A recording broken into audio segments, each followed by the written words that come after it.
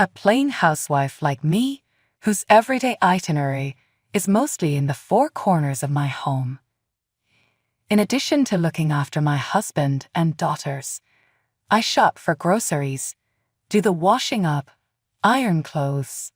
I regret not buying a tumble dryer, vacuum all around our home, 800x 300 feet long house, then comb the garden area in need of tidying and spend hours balancing funds.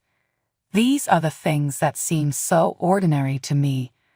My husband has a job at the corporate office as a mid-manager in an insurance subsidiary. With his new income, he supports us with enough to get by for our family of four, and I am satisfied that we do not lack the means to buy what we need or want. Almost all of my days are spent inside these four walls. My children go to school, the husband goes about his business. I myself remain here alone every time. Sure, it's a little boring, but I find purpose and worth in my life as mom/wife. I need to be able for my wife and kids. They deserve all of me as a husband-father. That is already enough for me and I am happy. However, much like any other normal marriage misunderstanding, is a common factor. Mama said there'll be days like this. Fights are going to happen. I'm never not in the belief of that, only they're supposed to make it stronger, not break it up. One of the biggest fights my husband and I ever had, which I still can remember to this day.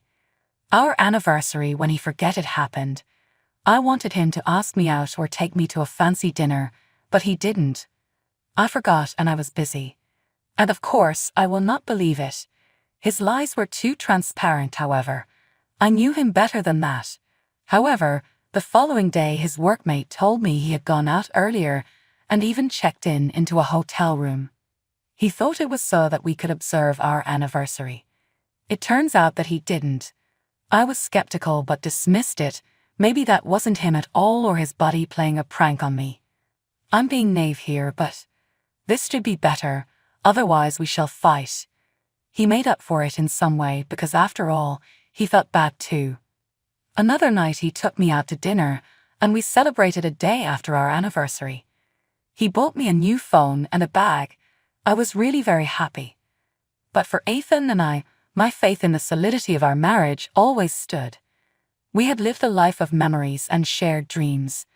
I wanted to be naive, but no matter how hard it feels dropping all of that effort in with my past, the changes were there between us and there was catching up due to post-Snoopgate. My husband was cold and distant. He seemed preoccupied, but I could not put my finger on why. In the meanwhile, during one of our dinner times, I remember he couldn't even focus on eating his food or listening to whatever my 12-year-old kept recounting stories about how fun camping was. Dad, are you listening? Thanks, friendly Crocs. This was the third time my son called for his dad, but he would answer while on cell phone texting someone instead, and even managed to smile at one point. Hey honey, Mike is talking to you. I tapped on his arm. He was just lucky to have returned ad minor die gloria. What is it? It is clear, seeing you here being derp hanging on my house, disturb him from what he does, and I rubbed his voice. Daddy, back to camping with me. It was so nice there. My son added the crocodiles are amazing. So my husband just gave him a wry smile. He simply quipped, "Oh, I bet." So he went to his phone next. What is wrong with him? When I brought it up again with him later that night, and he just said, "It's work, I'm busy. The company has a problem. That is the reason why I just could not pry my eyes off of that phone. It's very important. Jesus Christ, why are you so nosy?" The way he answered me, I was totally taken back. That was the only time he ever yelled at me. He yelled at me. He had never been anything but patient with me. Untrue, and if true, why the hell is he smiling? I always thought it was strange because whenever I hold his phone, he just does the thing where hiding becomes second nature. Years passed, late nights in front of his computer were increasing, and suddenly I would feel it like he was defensive every time when from curiosity, asked what is there for doing online. I feared he might be having an affair. Initially, I shrugged it off as one of the hurdles that accompany relationships with longevity. We had work, we were not far apart, and sometimes under stress our distance increased. After all, the one day stretched into two, and that became a week. Simpers turned to grins. Yet I was still left pretending months but with waning faith. On the odd day, he wouldn't come back. He will not pick up my calls, though technically he could be holding his phone at all times. Plus, he never let his phone out of his sight when we were together. It was small in the beginning, a fractional twist of conduct. And eventually, it got worse, and this time I am sure he is cheating. What was he hiding? Who was he speaking to about me behind my back? Sitting there pondering was taking over, and I began to feel like someone else had a woman behind my back. Just try to ask my friends for some advice or something. And since, to my great surprise, every single one of them responded and confirmed that I should look into this gut thing. So I did. In the night, I would be out scrolling down his phone while he was fast asleep. I felt a little bad for doing it at first, like such an intrusion of privacy was off-key, but I had to know. I also hope that you felt wrong when cheating on me and texting all these other girls too. I could be wrong, but I know that's exactly what this is. Then I found it. I was lucky I remembered his passcode, which is the date of his birth. After 2 measures it figured out that 1 was an answer, and bingo. I gasped and covered my mouth when I found the messages between him and a woman. Naughty texts, naughty pics, those silly little emoticons. I felt my heart heavy as I read their sweet nothings. The proof was staring me in the face, irrefutable and damning. Adrian was having an affair. I couldn't even believe what other things I read. The mistress even said, "Don't come home to your boring wife. Come here, and I'll give you some heat and excitement. I just saw a picture of your wife. She's so ugly and fat. She looks like a whale. You don't look good together. Just leave her alone and your kid. You have me anyway, and that is enough. I won't give you a hard time, just a good one." It appears that he has been with this woman for quite some time now. They even booked numerous hotels at different times and did the deed. I couldn't believe this. I captured the conversation using my phone. The tears came down like a waterfall as I confronted him, hoping against hope that it was all just a terrible misunderstanding. I woke him up by shaking him, and he did. "Would you do this to me, Adrian? How could you betray our marriage?" I shouted out of frustration. He just smirked at me and didn't even bother to get out of bed. "Oh please, it's not like you were ever exciting or satisfying enough for me." My eyes widened, shocked by his callous response. I could feel my knees weakening. "I gave you my love, my trust, and this is how you repay me, with insults and indifference. Aren't you even ashamed of yourself? You have a son." He just laughed. "You were so predictable, Celine. I needed someone who could excite me, someone who knows how to have fun." My anger grew while my voice was trembling. "This is not about me, Adrian. This is about your lack of respect and commitment to our marriage. You chose to betray me, to destroy what we had. Oh please, stop with the melodrama. We both know our marriage was dead long before I could find someone better. You may think you found someone better, but it's just a matter of time before she sees through your lies and realizes who you truly are." He continued smirking, not affected by anything at all. "She is everything you're not, Celine, exciting and passionate, and she understands me. You are holding me back." I took a deep breath, trying to maintain my composure. "If you're so convinced that you found the perfect match, then why did you hide it? Why did you sneak around, betraying my trust? Because I didn't want to deal with your dramatic reactions. You're always so uptight and boring. I needed an escape." I wiped off my tears as my eyes filled with determination as I looked directly at my husband. "Well, you won't find an escape from the consequences of your actions. I deserve better than this, Adrian. I deserve respect, loyalty, and love, and I will find it elsewhere." He just smirked at me for the 3rd time, feeling no remorse for his actions. I could feel my anger building up. I couldn't believe I tried to stay in this relationship with a jerk like him. Good luck finding someone who can tolerate your dull existence, Celine. I will find happiness again, without you. As you should. Now let's have a divorce. Don't worry, I'll be paying for everything. I just want you out of my life forever. His words were like a dagger to my heart. I couldn't fathom how our once loving relationship had spiraled into this. The pain and humiliation were unbearable. The man I once loved had become a stranger, someone I didn't recognize anymore. His phone rang, and the screen showed the name of his mistress, Leela. He grabbed it immediately and excused himself. He even talked to her outside our room as if nothing happened. I was left there alone, devastated, crying on the bed. My heart shattered into a million pieces, and I couldn't help but curse myself for not figuring it out sooner. I could feel anger building inside of me, turning into rage. I had never felt this way before. It was like a storm brewing in my soul, and I was on the verge of exploding. How could he do this to me? To our family? I was filled with a desire for revenge, to make him pay for what he had done. Days passed by, and my husband still didn't care about anything I said or how I felt. The anger inside of me grew stronger each day. He didn't even notice that something had changed in me. I had been planning this meticulously, making sure everything was perfect. I couldn't just let him get away with everything he had done to me and to our family. He had to pay, and I was willing to do anything to make sure that he did, even if it meant crossing the line, even if it meant losing myself in the process. One night, when my husband came home late from another work meeting, I was waiting for him in the living room. Finally decided to wait for me, huh? Now you're being sweet. He laughed as he walked toward the kitchen to grab a beer. The moment he turned around, I grabbed the knife I had hidden behind me and stabbed him in the back. His body tensed up as he gasped for air. The beer bottle slipped from his hand and crashed to the floor. He slowly turned to face me, disbelief written all over his face. "Why?" he stammered, clutching his wound. I felt a strange satisfaction seeing the pain in his eyes, the fear. "Because you destroyed me, Adrian. You destroyed our family." He staggered backward, trying to steady himself, but I was relentless. I stabbed him again, this time in the chest. He let out a scream, a guttural sound that echoed through the house.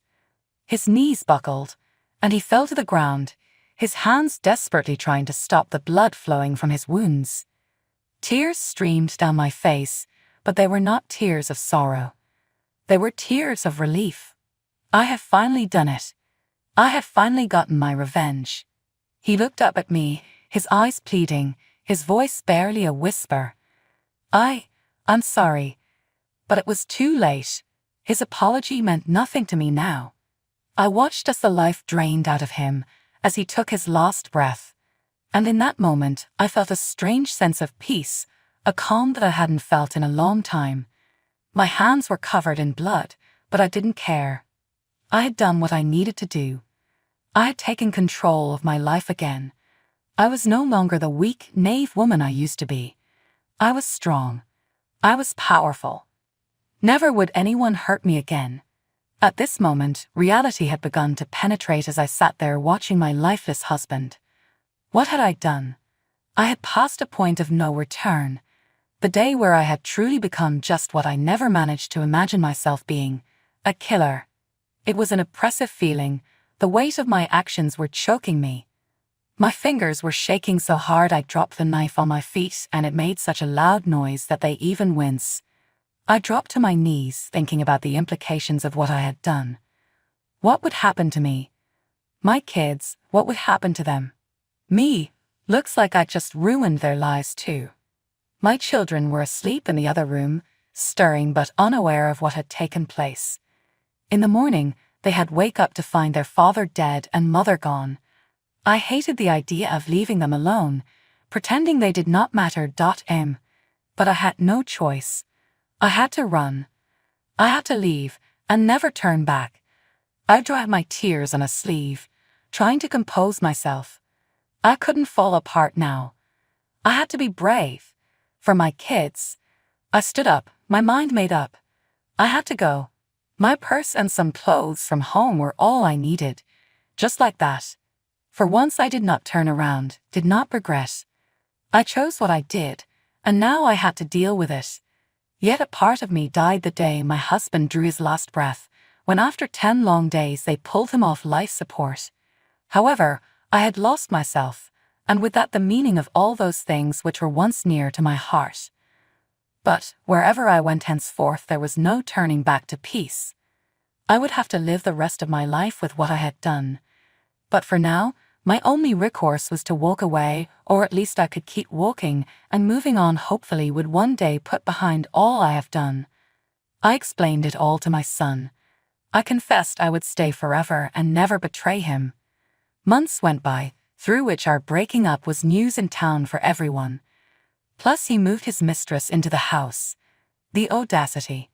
Maybe if his son was here, they could rent in that house.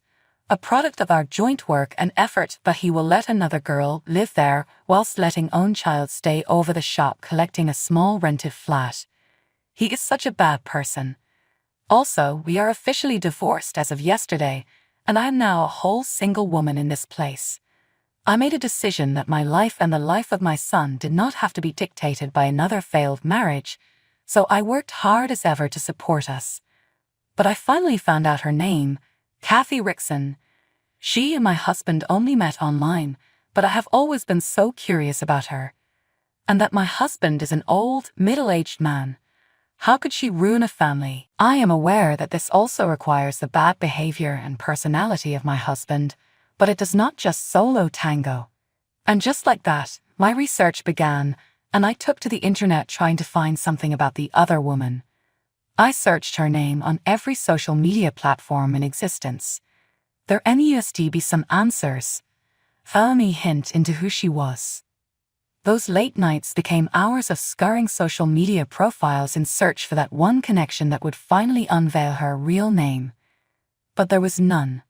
But when I began to dig deeper, there was an account called Catherine Rickson with the exact same profile picture as hers. I followed the account and found myself even pausing longer on looking through more picture every time I would have noticed she posted something all on my newsfeed. Kai and me were standing watching people go by, until I came across an image that made my chest knot up, a man holding hands with her. Picture was worth 1,000 words. It appeared as if they were an item. So I checked who was the man, and yep, you guessed it right, they were married. Anyway, the husband even posted 2 days ago about their anniversary, and Kathy replied back with some sweet message. What the actual is happening? I spied more until I was sure that her husband believed Kathy to be away offshore. Damn, but really she was here all the time just being annoying. My theory was right. She stepped in using my husband for financial benefits. As painful as that betrayal might have been, it did ignite something in me. I could not let them succeed with their deception. What a twist. I even remember seeing him post a picture with them saying, "Best future wife ever, achieved it." I started to feel like I was going to vomit as I read the text. They're only deceiving themselves.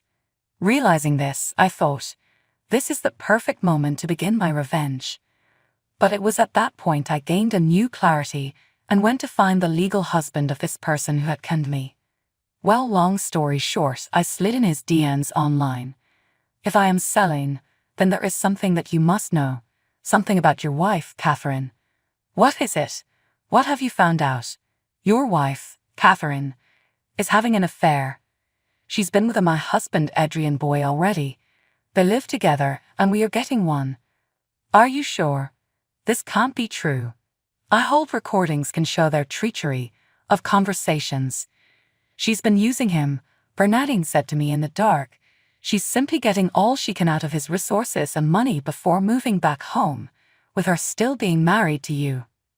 How could she do this? She brayed, screaming that saying tend to and hold cherishing somebody as cherished yourself more ridiculous. How may perhaps you call herself a Christian when steadfastness had violated our pledges? Or then again would it say it isn't marriage we were discussing organizes in damnation with doubt or frenzy? I have a fair idea of what you must be going through. I have experienced it too, but we mustn't sit by and allow this. Their lies and deceit need to be exposed. You're right. We can't let them destroy us. We must band together and bring them to justice. All the evidence we have and present them to authorities so that they are able to pay for what they did not. I'll do whatever it takes. It's time they stop walking from the pain they have done. They need to realize and understand that they will get their ass whooped. Utwing. All united as one strange bedfellow, or another determined to uncover the truth and find justice. I felt the tension and momentum of plotting our vengeance. My blood pulsed, nervously filled with a combination determination. I got the official news that they were pregnant after all, and there was a literally baby shower happening within months. An apparently innocuous occurrence, the perfect opportunity to contrive their comeuppance. All I could think about during my days was how wrong things felt with my marriage. First there were our sure little clues. A call that went to voicemail, a smile kept askance. But soon those clues snowballed into the dark belief that my husband, Adrian, was cheating on me. I feel sorry for my son. No one should have to go through it, least of all him.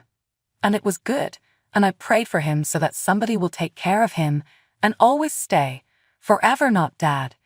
At that point, I initially dismissed it as paranoia and refused to think the man I had spent my whole life with would do this to me. However, as days turned into weeks, my discomfort increased. My hubby's behavior began to change a bit. With his fake possessiveness about his cell, forever having that mouth on him, or with some fresh new passcode. These I figured were just illusions. But they were true, and here I am hurt, betrayed, lied upon. I did not allow myself to be beaten by my husband as I knew what me and our son were worth. I made a stand for justice, and now comes vengeance. Rex and I went to the baby shower without being invited. All were in shock that I had shown up, and my husband was equally dumbfounded. The mistress, and now wife, sees her hubby. She has a panic attack. She couldn't sit steadily. My husband tried to grab my arm, but I just shrugged him off and continued making toward the front. The guests began murmuring to one another, speaking words that I did not their words. I steadied myself and began walking towards the dilapidated stage that housed a behemoth screen, which, as I took my seat with nothing but regretful instincts left to guide me, had yet be turned on films. The whispers of the audience began to quiet when they realized I was there, assuming that something untoward would happen now. I took the mic and my voice filled that room. Attention, folks. To the floor. The room lapsed into silence as all eyes turned to me, and I glanced back at Adrian and Kathy in confusion that mirrored my own increasingly anxious expressions. Today is a day of celebration, but it's also a day of truth. I am here to reveal a secret conspiracy that has been hidden from the public, and as my husband and his mistress squirmed, the guests obviously became more intrigued. I made an expression of mockery to Kathy. "Kathy, love, would you please come upstairs?" A look of fear and relief flashed across her face. She slinked her way toward my stage, eyes darting about in much the same manner mine had, splitting away and seeking. "Ladies and gentlemen, this is no ordinary guest we have here. But to me, she is more than just the home wrecker. Nope, she is a whole different beast." I pointed to the screen behind her, and we were treated with a video presentation that showed Kathy's real momentum. Images, files, and emails appeared, proof of Kathy's treachery. Reed, her husband, who would pay her nothing till a piggy check generated was discharged. ####. I indicated at Rex. "Kathy, how about you fess up regarding your other marriage? The one neither my deceased husband or yours had the pleasure of hearing mentioned." Rex was stunned. Everyone gasped at the sight of him. Kathy paled, realizing the enormity of what she had done. Standing by her side, Adrian looked startled and incredulous. "Carol, please. No more lies, Kathy. Your secrets are out. You know you're married to someone else in a different country. This man and his ex-wife paid for everything you needed." The crowd made some oohs and ahs. Alarmed expressions appeared on the faces of her guests as Adrian and Kathy crumbled under their pretenses. Celine, please, let's talk. I'm sorry, but it was never my intent for things to go this way. You got yourself into this, Adrian. It's too late to apologize, and no undoing can ever be done on that pain. You will pay the price for whatever you do, and so shall he. And I never saw you betray when I trusted all my life. You were nothing but a shadow in my life. I will forget you, but I'll forgive your mistakes and betrayal. No, I will never. Kathy dropped down on her knees, begging of mercy from my husband and I. It was like what I did when Adrian tried holding my hand, and I just shooed him away. I deserve better. We deserve better.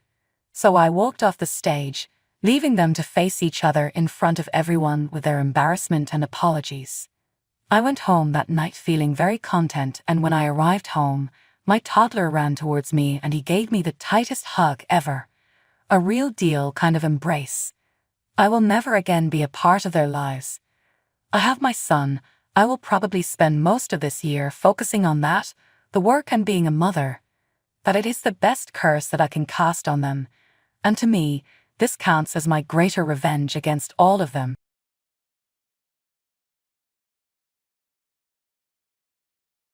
My name is Lacey, and I want to share the story of my difficult marriage. It all began 5 years ago when I met Aaron, setting the stage for a journey I never anticipated. I was excelling in my career as a senior marketing manager at a prestigious tech company, a job that brought immense satisfaction and a handsome salary. I was the breadwinner of our household for a while, as Aaron faced intermittent unemployment. Aaron was pursuing his dream of becoming a writer, and I was his biggest cheerleader. He had a charm that could make anyone smile, and writing was his passion. I believed he would make it big someday. Despite my own demanding career, I made sure to support his dream all the way. We often stayed up late, discussing the life we were going to build together. Aaron sometimes took odd jobs to help out, but I always told him not to worry. I was happy to support us while he figured things out. We had an unshakable faith in each other's dreams and were ready to ride the ups and downs together. Now let me tell you about Hazel, my sister-in-law, who lived in the captivating city of Auckland, New Zealand. While we weren't extremely close, I considered her part of our extended family. Aaron had always been fond of his little sister despite their age gap. She was only 23, and Aaron often shared stories of their childhood, showing how deeply he cared for her. Though Hazel and I hadn't formed a particularly tight bond, I cherished the moments we shared during family gatherings. She had a youthful zest for life. Hazel's decision to study abroad was a bold one, and everyone supported it. One evening, after a grueling day at the office, I came home with aching feet, ready to relax. But Aaron, with his cheeky smile, had other plans. "Lacey, there's something I need to discuss with you," he said. "Of course, Aaron. What's on your mind?" "It's about Hazel. Her health has taken a serious hit, and the medical expenses in Auckland are astronomical. She reached out to me for help. Can we send her some money?" "Absolutely, Aaron. What happened to her?" "She's been dealing with some stomach issues, and the doctors are running tests to figure out what's wrong." "Oh no, poor Hazel. We'll definitely help her." "Thanks, babe. I hate to burden you with this, but she's my sister, and I can't stand the thought of her suffering. I've been between jobs for a while now, and my savings are running low. Hazel just graduated and is actively looking for a job. But it's not easy for her in her field. Family comes first, Aaron, and we'll make sure she gets the help she needs." "How much does she need?" "Just $5,000. I know it's a lot. We'll tighten our belts if we have to. It's the least we can do." "You're amazing, Lacey. I promise I'll pay you back as soon as I find a stable job. I hate that it's come to this, but I'm so grateful for your support." "Don't worry about paying me back, Aaron. Family sticks together no matter what." Without a second thought, I agreed to send the money. It was a decision made out of love, compassion, and a belief that family always comes first. I saw the genuine concern in Aaron's eyes for his sister's well-being and couldn't bear to see him burdened by worry. After all, what good was the money I earned if I couldn't use it to help the people I cared about the most? I have always believed that wealth holds no real value unless it's used to make a positive impact on the lives of those you love.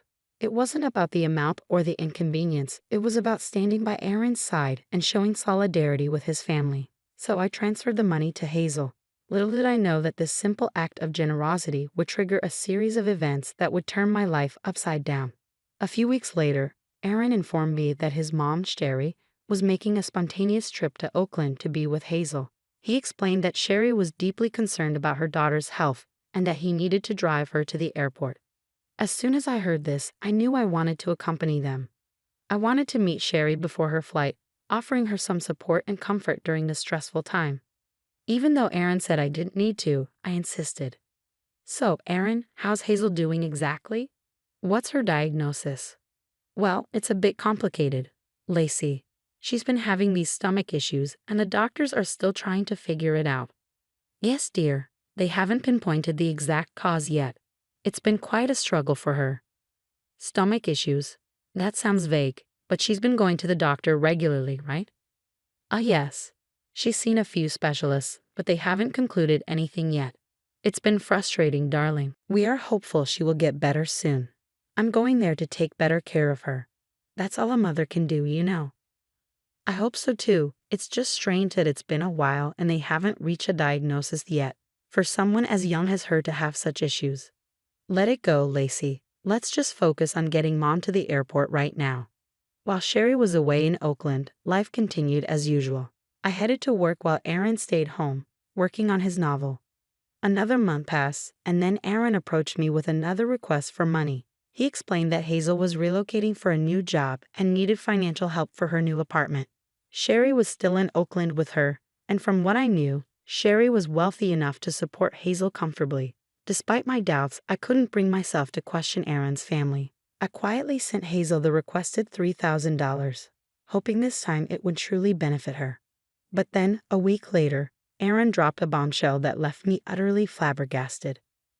Lacey, I need to ask you for something big. What is it, Aaron? I need you to send my sister $50,000. $50,000? Aaron, that's half of my annual salary. Why on earth would Hazel need that much money?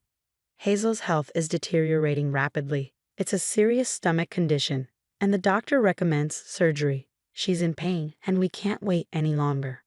I get that, Aaron, but why can't you just tell me exactly what's wrong with her? It's so frustrating not knowing. You're always so vague about it. And why couldn't Sherry help with the $3,000 last time? First, it was for a diagnosis, then an apartment, and now a surgery. Sherry has her own expenses, Lacey. She's been helping Hazel too, but this situation is just beyond what any of us expected. I understand, but it's just so hard to keep giving money without knowing where it's going. It's complicated, Lacey. I wish I could explain it better, but it's a medical thing, and Hazel's privacy matters too. I'm not asking for every detail, just something more than some stomach issue, Aaron. Lacey, please, this is about her life. I can't believe you're questioning this. I'm not questioning Hazel's health. I just want some proof. You think I would lie about my own sister's health? I cannot believe you're being so heartless about this. I am not being heartless, Aaron. I am scared. I need to protect our future too. I can't drain our savings without knowing more. You know what, Lacey? If you can't trust me on this, maybe we don't have a future together. I would want a divorce if you don't help me. Are you seriously threatening me with divorce over this? I thought you would support me when my family needs it the most. I want to support your family, but I also need to know I'm not being taken advantage of. If you won't share the truth, I can't keep sending money blindly. You're unbelievable, Lacey. Fine, do what you want, but remember you are making this choice. Don't go around telling everyone that I left you when it's completely your fault. I plopped down on the couch, feeling the weight of Aaron's request pressing on me. Thoughts swirled in my head like a blender on high speed. Why all the secrecy? First, it was for Hazel's diagnosis, then an apartment, and now surgery. It just didn't add up. I sat there wrestling with my thoughts. On one hand, there was my undying love for Aaron. I didn't want to see him hurt or upset, and family always came first for me. But on the other hand, something just didn't feel right. I needed some proof, some clarity, but all I got were vague explanations. In the end, my love for Aaron and my sense of family loyalty won out. I made the payment to Hazel. She texted me a thank you note. As the sun rose the next morning, I broke the news to Aaron. I'm sorry for doubting you, Aaron. I transferred the money to Hazel. You did. Lacey, you are the best. I'm sorry for last night. The divorce thing just came out of my mouth. I didn't really mean it. No matter how hard I tried to play along, something just didn't sit right. Even after sending Hazel the money, I couldn't shake the feeling that there was more to the story than met the eye. Aaron had threatened me with divorce the previous night, but once I sent the money, he transformed back into Mr. Charming. I couldn't ignore it. Why all the secrecy about Hazel's health? Why wasn't Sherry stepping up to help her own daughter when she was struggling? I loved Aaron and his family, but these nagging questions wouldn't leave me alone. In an attempt to clear my head, I decided to meet up with Amani, my best friend. We chose the cozy cafe, our haven for heart-to-heart talks. I needed that comforting ambience more than ever to ease my troubled mind. So did I miss anything exciting at that dinner party you mentioned last night? I asked as we settled in. Oh, you missed out. It was a blast. Jenny wore this stunning red dress that would make anyone jealous. You know, the usual stuff, food, gossip, and a lot of dancing. Typical Jenny, making an entrance. Why weren't you there, by the way? Actually, that's what I wanted to talk to you about. Aaron and I had a fight. No way, Lacey. What's going on? Well, you know my sister-in-law, Hazel in New Zealand, right? She's been asking for money, claiming it's for her health issues. Yeah, I remember seeing her at your wedding. She was just a kid then. What's her deal? Something feels off. I sent her some money before, but now Aaron's asking me to send a huge chunk of my salary, and he threatened to divorce me if I didn't. Wait, that does not sound right. That was a shitty move on Aaron's part. Did you try talking to Hazel directly? I did leave her a few texts, but she was so vague about it. She just thanked me for the money and stuff. I don't know much about her anyway. You know, sometimes people spill more on social media than they intend to. Have you checked Hazel's profiles? What is she up to? Hazel isn't exactly on Facebook or Instagram. She's always been quite private. That is strange for a 23-year-old not to have any social media presence. Let me put my stalking skills to use. I took a quick break to grab the blueberry muffins and coffee we ordered from the counter, hoping to ease the tension. When I returned, Amani's face looked like she had seen a ghost. I leaned in and couldn't help but ask, "What's got you looking so shocked?" "Isn't this Hazel? There she is on Instagram. Strange how I couldn't find her at first." "Well, maybe she blocked you. Why would she do that?" "Take a look at her account. You're not going to like what you see." I started scrolling through Hazel's Instagram. Amani, you will not believe this. Hazel was at a Dua Lipa concert just a week ago. What on earth is going on? Not to mention how expensive those front row tickets would be. My heart sank as I scrolled through Hazel's Instagram profile. There she was living a life that seemed far from the struggles Aaron had described. Fancy restaurants, designer bags and clothes, trips to Europe, and photos with internet personalities. Nothing about her life appeared to match the dire situation Aaron had painted. The final blow came when I opened her Instagram story, showing Hazel having a luxurious lunch with Sherry at an upscale restaurant just 4 hours ago. Her follower count stood at around 20,000, a number that made her a budding Instagram influencer. How could someone with a substantial online presence who seemed to enjoy a life of luxury be in dire financial straits as Aaron had claimed? Girl, she's flaunting a Gucci bag and your husband claims she's broke. You'll definitely need to have a serious talk with Aaron. You're right, Amani. I need to go. See you later. I dashed back home, my head swirling with thoughts. But Aaron was nowhere in sight. I couldn't sit still, so I restlessly paced the living room, my heart racing. Finally, Aaron walked through the door. Hey baby, how was your day with Amani? You're home early. It was very educational. I learned about a lot of things today. That's different. I just went for a walk to hit my daily step goal. Nice. You seem upset. Is everything all right with Amani? Oh, come on, Aaron. Did you know about this or not? Know about what? I pulled out the screenshots of Hazel's photos that Amani had sent me. Aaron's face turned pale as he gazed at the screenshots. I could see the regret in his eyes. Where did you find these? It doesn't matter where I found them. The question is, did you know? Look me in the eyes and admit you've been keeping things from me. Aaron nodded reluctantly. Yes, I have. Why in the world would you lie about something like this? And where did all the money I worked hard for go?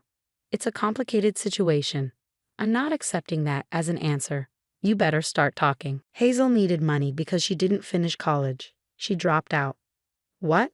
And who was going to tell me that? You said she graduated. Yeah, I never told you. I lied. She wanted to become an influencer and needed money to maintain that lifestyle. I thought I could help her out.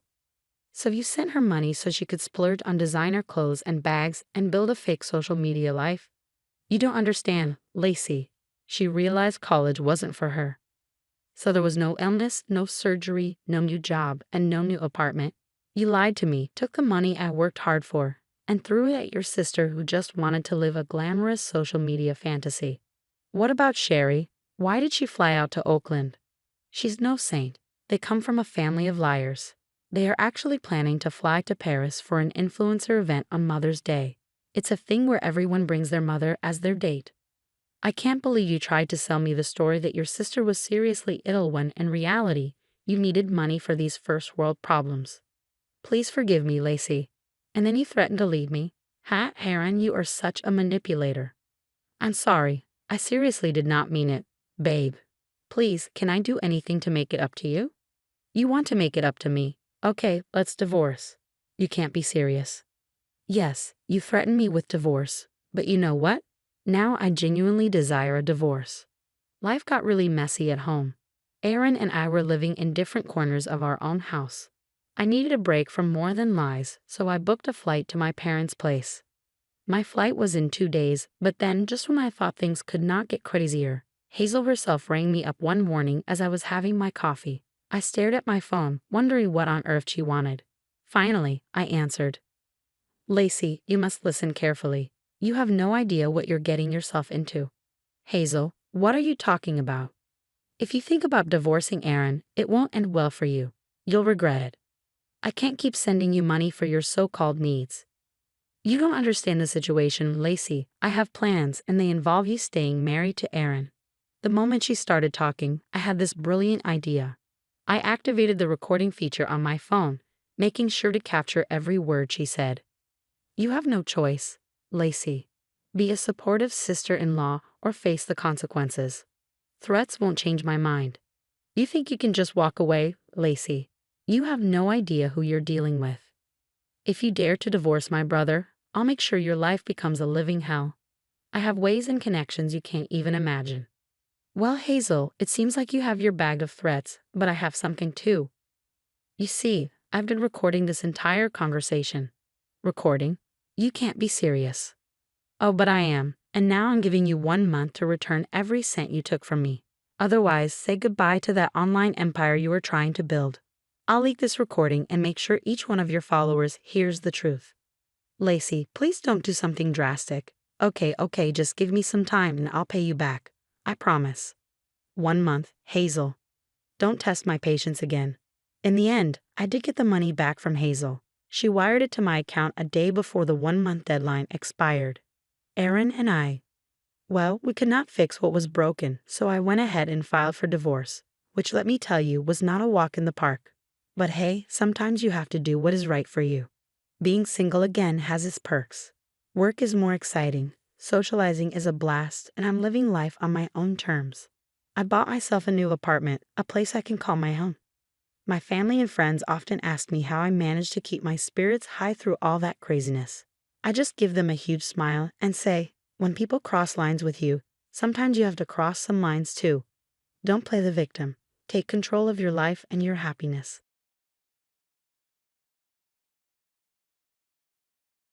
Emily's first anniversary of passing was on a gloomy, cloudy day. After the annual commemorative mass at church, Samantha and I went home together and cleaned the portrait frames. They looked happy, smiling. She looks so happy, Samantha said, gazing at the 2 portraits. Yeah, right, I replied. Clasping her hands, she closed her eyes next to me. Tom, I'm sorry. I've fallen in love with someone else. Please forgive me. After saying that, she looked straight at me and continued, please marry me. My name is John Sinclair. I'm 35 and work in a factory making automotive parts.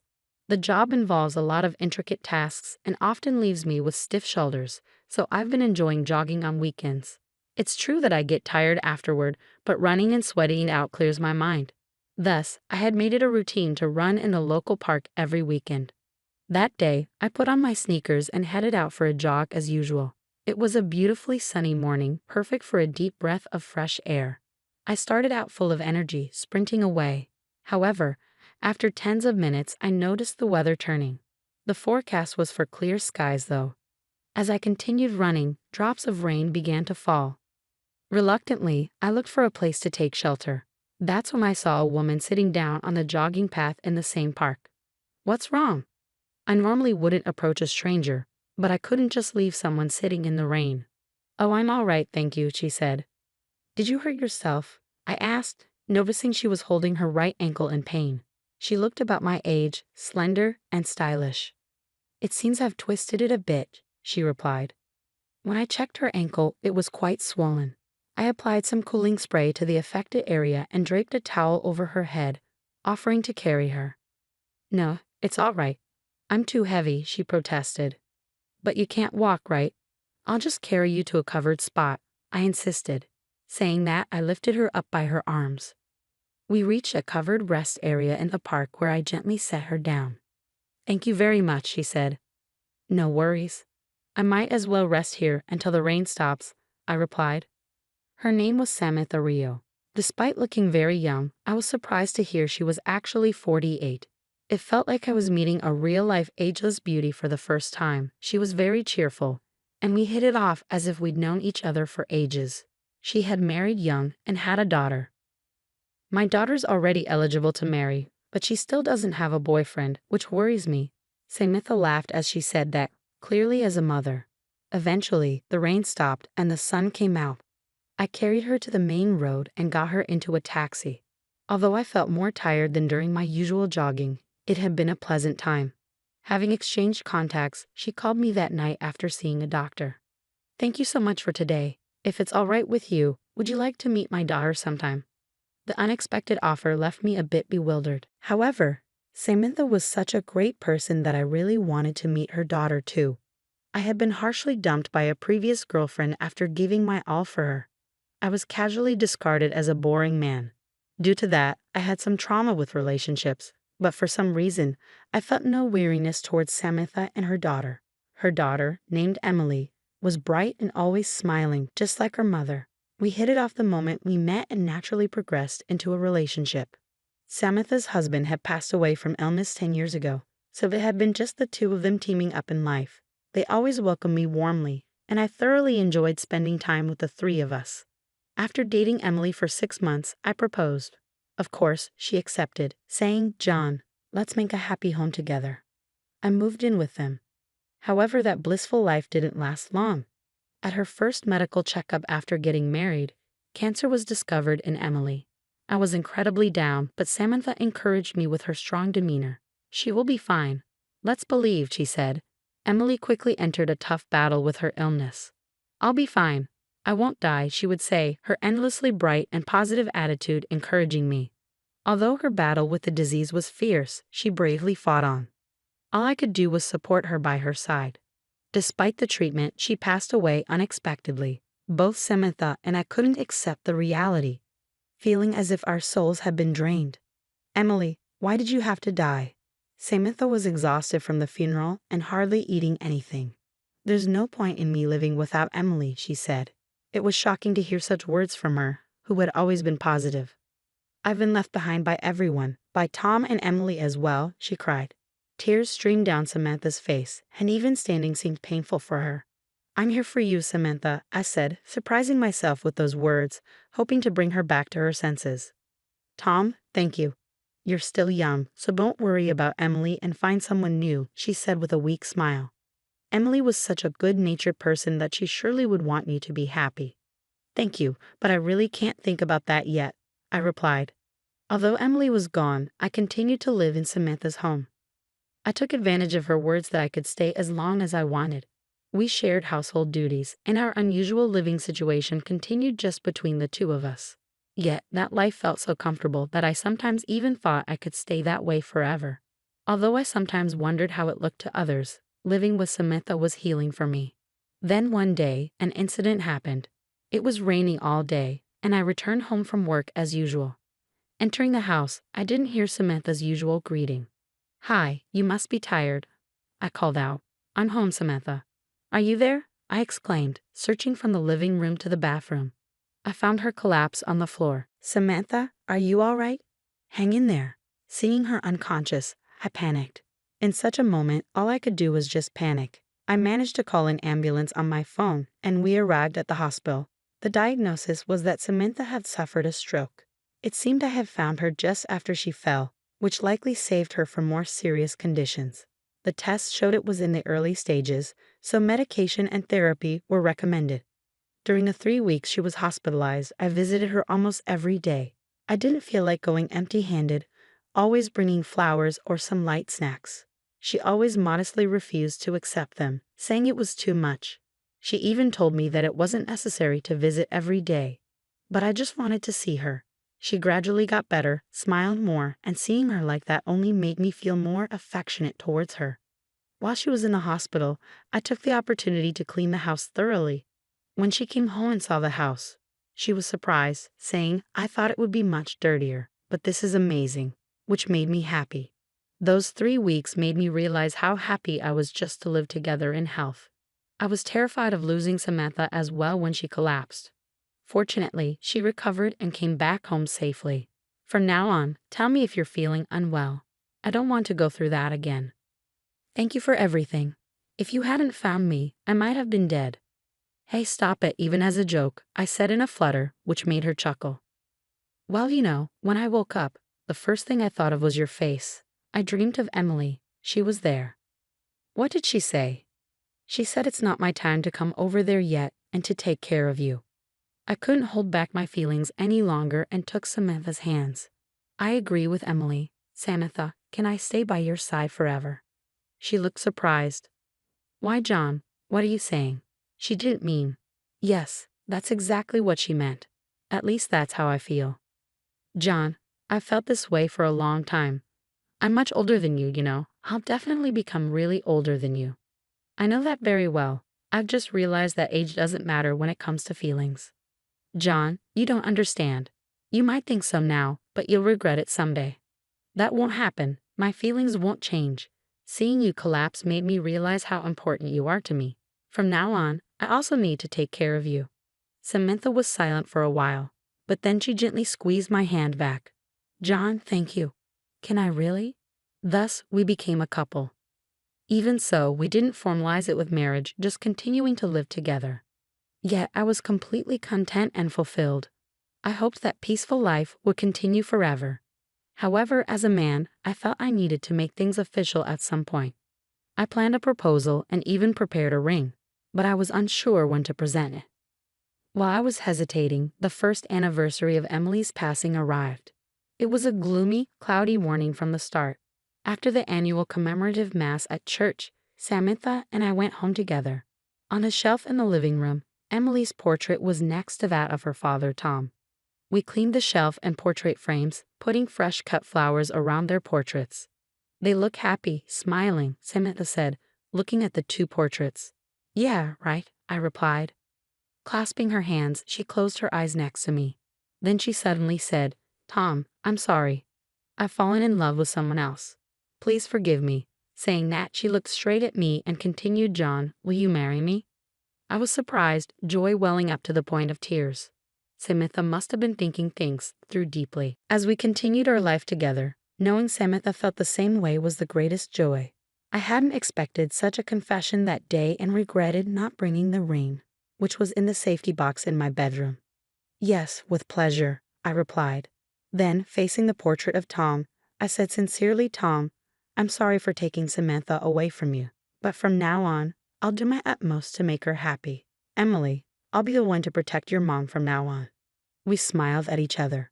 On Samantha's birthday the following month, I gave her an engagement ring. I knelt in front of her like in a romantic movie and slipped the ring onto her finger. She laughed and cried with joy. She said we didn't need a wedding, but I wanted us to have one. So we did it alone in a small church. In a simple wedding dress, she looked unbelievably young, easily 20 years younger. On the night of our happy wedding, she handed me a letter. This is from Emily. Really? I asked, surprised. It seems she wrote it before she died. I found it while cleaning out her room. It's because of this letter that I could propose to you. The letter said, "Dear Mom, by the time you read this, I won't be in this world anymore. Mom, thank you for bringing me into this world. I was truly happy to be your child. I think I could have been the happiest bride ever with John, whom he brought into my life. However, my only regret is leaving you behind. Don't worry about me anymore. Please chase your own happiness. You know that John loved you, right? Please accept his feelings honestly. I approve of your love. This is my last birthday present to you from heaven. I'll always be watching over you too. Love, Emily." Had Emily known my feelings even before I was aware of them? Had I unknowingly hurt her? I was moved to tears after reading the letter. Understanding what I was thinking, Samantha said Emily didn't resent you, and I think she was genuinely happy being married to you. We owe her so much. Without this letter, I wouldn't have thought of being together with you. I realized why Samantha had sought permission only from Tom in front of the portraits. Emily had already given her approval, so Samantha thought it was okay. Going through our encounter and Emily's death, I deeply understood how precious ordinary days with loved ones are. Ordinary days are not so ordinary after all, but totally precious. Samantha, let's start anew. I will cherish you for a lifetime. Thank you. I will also cherish every day with you. There will always be uncertainties ahead. Each time, I want to think of the best way to overcome them together. For myself and for my most important person, I want to find the best path.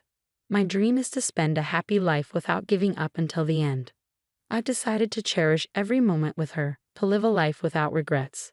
2 years into our marriage, now past 50, Samantha is still full of vitality. Our neighbors even say she seems to get younger.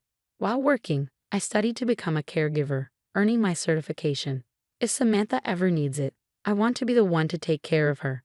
That's why I wanted to prepare. One day this year, we were again in front of Tom and Emily's portraits. As you see, we've been getting along well. We are living happily. We both addressed the portraits.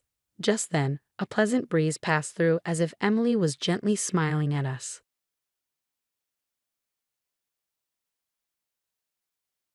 Hi there, I'm Linda, and I'd like to share a story about my family's kindness and the unexpected challenges we faced. Growing up wasn't always easy for me, but I always believed in lending a helping hand. My family didn't have much, and we often struggled to make it to the end of the month. I had 2 younger siblings, and because my parents were constantly busy with work, I was responsible for taking care of them. Living so close to poverty, I developed a strong desire to help those in need around me. I studied hard and managed to build a life for myself. As the first of my siblings to start working, I wanted to make their lives easier. Every time I got paid, I sent money back home, which allowed my parents to work fewer tiring hours and spend more time with my siblings. As my siblings grew older and began to work, our family's situation improved. To continue sending money home, I picked up extra hours and worked diligently. My efforts paid off when I was promoted to the manager of my section, a position that came with many benefits and a good raise. Finally, I could relax and settle into a more comfortable life. With more time on my hands, I decided to take dating seriously. Although I'd been on a few dates and had my first kiss, I'd never had a serious relationship because I was always too busy. I signed up on some dating apps and eventually matched with a handsome man named Jake. He was a lawyer with a goofy sense of humor, exactly what I was looking for. We started texting every day and soon went on our first date, which led to many more.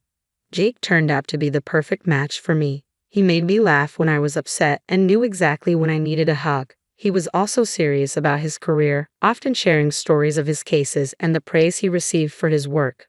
I was proud to be dating such an amazing man. So, when Jake proposed to me after 2 years of dating, I enthusiastically said yes. We got married a year later in a blissful ceremony surrounded by our beloved family and friends. Since Jake and I lived on the opposite side of the country from our families, we met many of each other's relatives for the first time at our wedding. One of these relatives was Jake's sister, Stacy, who was 9 years younger than him. While most people accepted me warmly, Stacy was a bit harder to win over. I approached Stacy while sitting alone at a dinner table. "Hey Stacy, why aren't you out there dancing with everyone else?" I asked. "I don't really feel like it. This whole event is kind of lame," she replied. "Is everything okay?"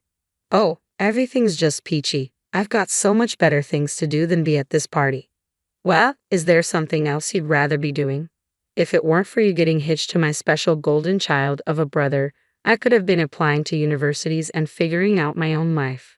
Is this about Jake? Seriously, have you seen the way everyone in your family worships the ground he walks on? The accomplishments, the praise, it's like I'm invisible. I'm supposed to do everything on my own because that's how Jake did it. I get it. It's tough when others' successes seem to overshadow your own path. You do? Yeah, to some extent, but listen, no matter what, you deserve support and guidance. I'll help you find the best universities and figure things out. Really? You do that? Absolutely. If you're willing, we can spend more time together researching and planning. That sounds amazing. I can't believe you offer to help me, especially with all the expectations around Jake. You're your own person with your own dreams. I want to help you achieve them. Nobody should be left in the shadows.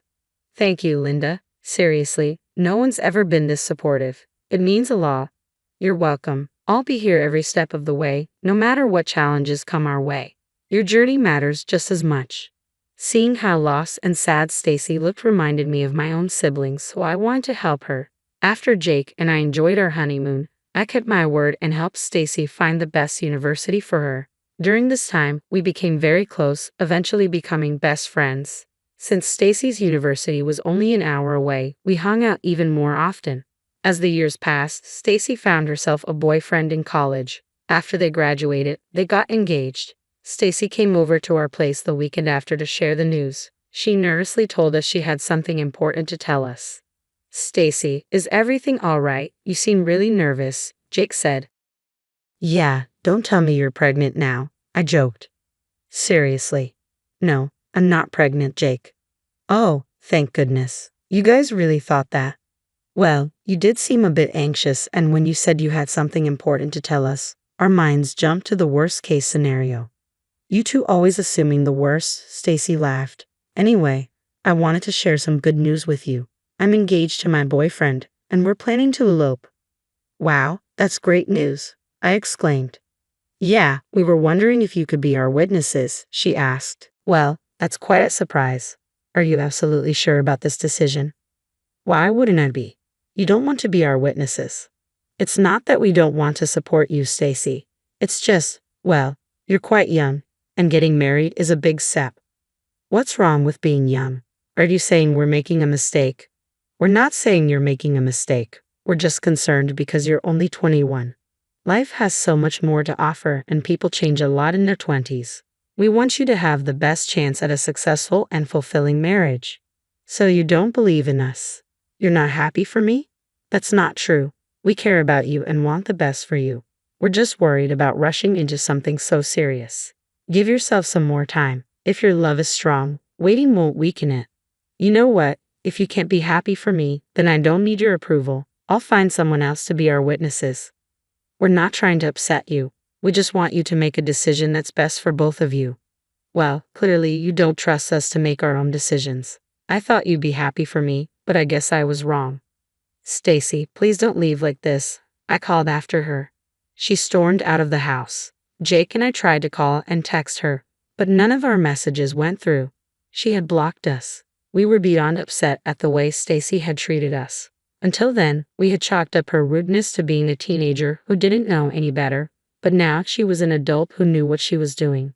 For months, we kept trying to contact her in hopes of rekindling our relationship, but it didn't work. A couple of months later, we found out through Jake's parents that not only had Stacy gotten married, but she was also pregnant.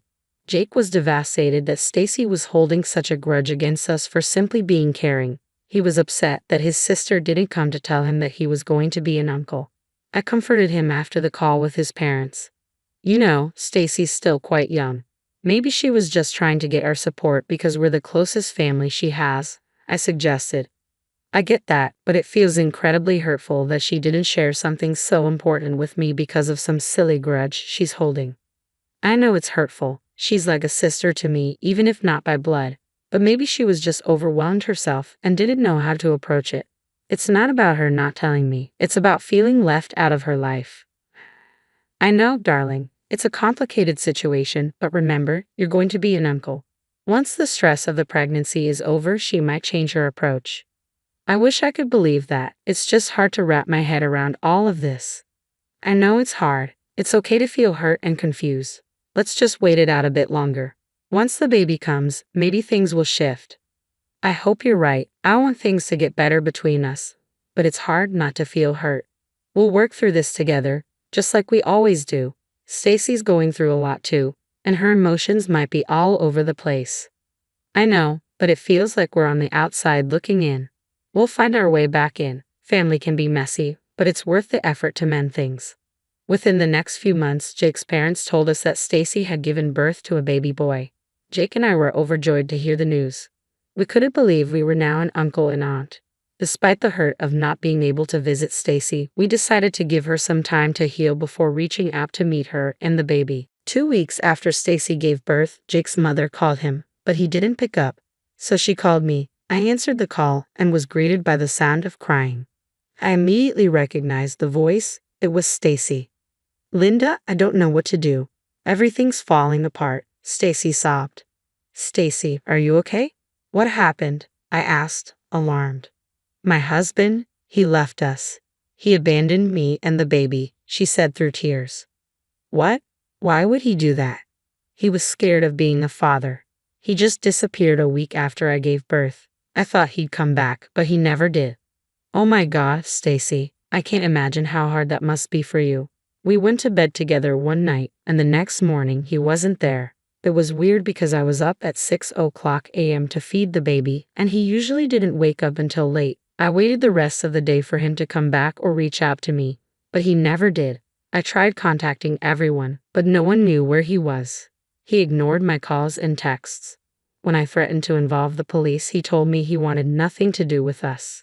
I'm so sorry you're going through this. Are you in a safe place?" "I'm at my mom's place right now, but I can't keep living here. I still have the place we rented, but I can't afford it on my own anymore. I don't know how I'll manage food for me and the baby." "Don't worry, I'll help you. We'll figure this out together. I don't deserve your kindness. I treated you and Jake terribly, and now you're here for me. You're my sister, Stacy. Family, I don't want you to suffer. We'll get through this. We all make mistakes, and right now you need support. I'm so sorry for how I acted before. I never should have treated you both like that. We're here for you. People can change, and you're realizing your mistakes. We'll help you get back on your feet. Thank you. I really appreciate this. It's going to be okay. We'll take things step by step, and I promise you won't have to go through this alone. I don't know what I'd do without you. We're family. We'll face this together." From then on, I began to send Sissy $2,000 every month. It was a small dent in Jake's and my finances, but both of us wanted to help Stacy out. After all, she was family. Our arrangement went on for a year. During that time, Stacy went back to work, and the extra money helped her immensely. However, her gratitude slowly shifted to entitlement. Whenever I was just a little late sending her the money, Stacy would call and demand it immediately. Initially, Jake was very upset about it. He talked to me one evening. "I'm starting to think Stacy's reverting to her old ways," he said. "What do you mean?" "It's like she's using us again. Like she's taking advantage of our help." "I get what you're saying, but we can't just abandon her, especially when she has a child to care for." "I know, but I wish she'd show some consideration. You know, just a little gratitude." "I understand your frustration, but remember, I'm not planning to support her forever. I'm waiting for her to stand on her own feet again."